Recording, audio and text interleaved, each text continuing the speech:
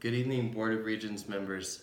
My name is Jeff Boman. I'm the Unit Director of the Women's Special Care Unit at UNM Hospital. I've served in this capacity at UNM for the last 2 years. I'd like to spend about 5 minutes of your time this afternoon so that I can go over a project that I've been working on a way to decrease the patient waiting times in the emergency department. A little background on the problem of the situation. In 2015, Chancellor Roth was quoted as saying that there was 90% of the days during the previous year that UNM Hospital operated at maximum capacity. So for those of us that are familiar with what that means, it means we were code purple, having 20 patients or more sitting in the emergency department waiting for beds to be admitted to and no beds to put them in. And that happened 90% of the time. Delays in patient care associated with getting a bed causes increased mortality rates and decrease in HCAP satisfaction scores. And as everyone's very aware, the HCAP satisfaction scores are directly tied into Medicaid and Medicare reimbursement rates. I first identified the key stakeholders that would have an impact on this project. The first stakeholder would be the citizens of New Mexico that are served by our hospital. Now the citizens are down here in the bottom left corner because they have low interest in the project, as most of them will not really be aware that we are even conducting a project, and they have low power or influence over the success of the project. The next group of stakeholders would be the patients of our hospital. Patients have a higher level of interest because they're the ones that are going to be sitting there waiting for sometimes 30 hours to get a bed. But as much interest as they have, they don't have a whole lot of power over the project itself. The next group is in red here. It's our inpatient unit nursing staff. Now this group of stakeholders is in red because they are a group of stakeholders who are not going to necessarily be excited about conducting this project. This is going to increase the work level for them, and there may be some opposition from this group. Unfortunately, this is also the group that's going to have the biggest impact over the success of this project. So it's going to be one of the major hurdles that we're going to work to overcome during the project. The emergency department staff, they're right around mid-level. They have a pretty significant interest in seeing the project be successful, as they're the ones dealing with the patients for 30 hours at a time. Their power is not as much as the inpatient units because the bottleneck happens when there's nowhere to send the patients on the inpatient side. And then the UNMH administration has the highest level of interest because, well, that's your job. So the proposed solution, what I'm proposing is to have the RN supervisors from the inpatient units spend their already pre-budgeted 4 hours of management time to go down and actually shadow one of the emergency department nurse supervisors, or spend that time actually floating down into the emergency department. This will help the supervisors gain an understanding of the dilemma and the situation of the emergency department. The RN supervisors from the units will then take the knowledge that they learned from down in the emergency department back to their units, where they are the subject matter experts, and evaluate the processes on their unit that they believe would be able to impact the patient throughput and expedite the admissions coming from the emergency department. I outlined a timeline for this project. I'm expecting the project will take us 2 full quarters, 13 weeks apiece, to complete. Phase 1 is going to be scheduling. This will involve the unit directors from the inpatient units and the emergency department, coordinating schedules to make sure that supervisors are doing their management time at a time that would be appropriate to have them working down on the emergency department.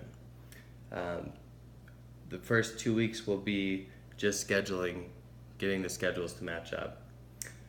Following that, the next 6 weeks is going to be the time allotted for the supervisors to actually be working down on the emergency department. I anticipate it taking 6 weeks to complete that, as there are 15 inpatient units with 4 nursing supervisors per unit, but we do have both day and night shift that we can send them.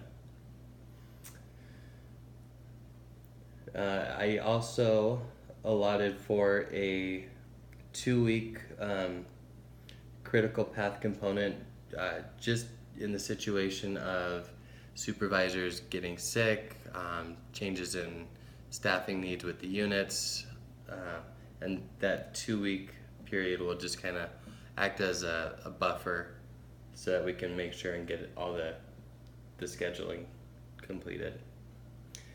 The next phase, phase 2, is our planning phase. This is going to last from weeks 10 through 13.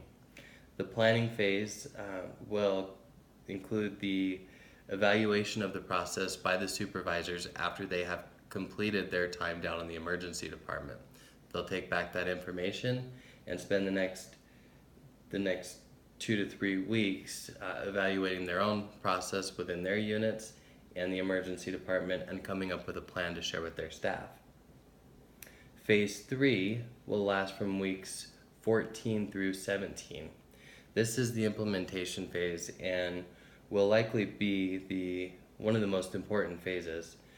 The implementation phase is going to change from unit to unit based upon the expertise and advice from those unit supervisors. Information will be distributed among all the nursing staff.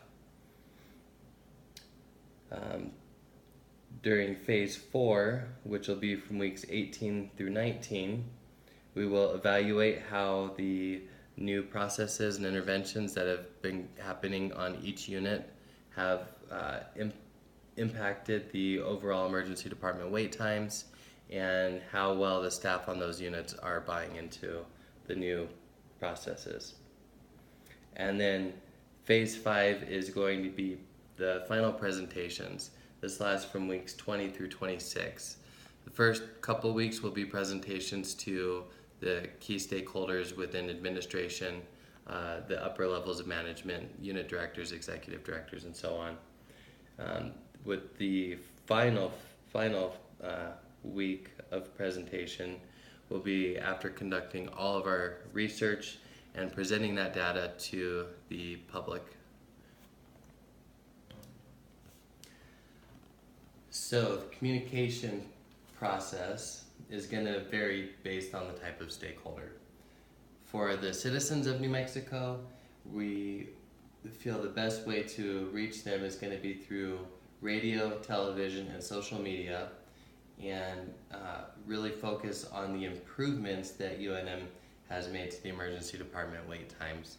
And I'd like to be able to use quantified data here and actually show them that our average wait time has decreased from 4 hours to 2 hours. But that will be after the completion of everything. When communicating progress with the UNMH administration, this is a small and highly interested group of stakeholders. So formal presentations at the end of Q1 to demonstrate the progress that's being made, and again at the completion of the project to discuss how everything went. The inpatient unit nursing staff. So again, this is the group of stakeholders that have the most power over the success of this project. And to remind you, they're also the group that I'm expecting to have some opposition from. So in order to address this, I anticipate having bi-weekly meetings on the unit level. During those meetings, we would highlight the successes, the wins that we have seen. Emergency department staff can talk about patient situations that they have seen have positive outcomes because of the work that the inpatient units are doing. That way the inpatient units can have an understanding of exactly how they are impacting the mission and helping the patients of the hospital. The ED staff will be seeing the impact firsthand, and we'll need to be communicating that with the project manager. And that is the idea for my project. I hope that the Board of Regents will see the value in this project. I believe it's going to add a great deal of value to UNM Hospital and the quality of care that we're able to provide to our community. Thank you very much for your time.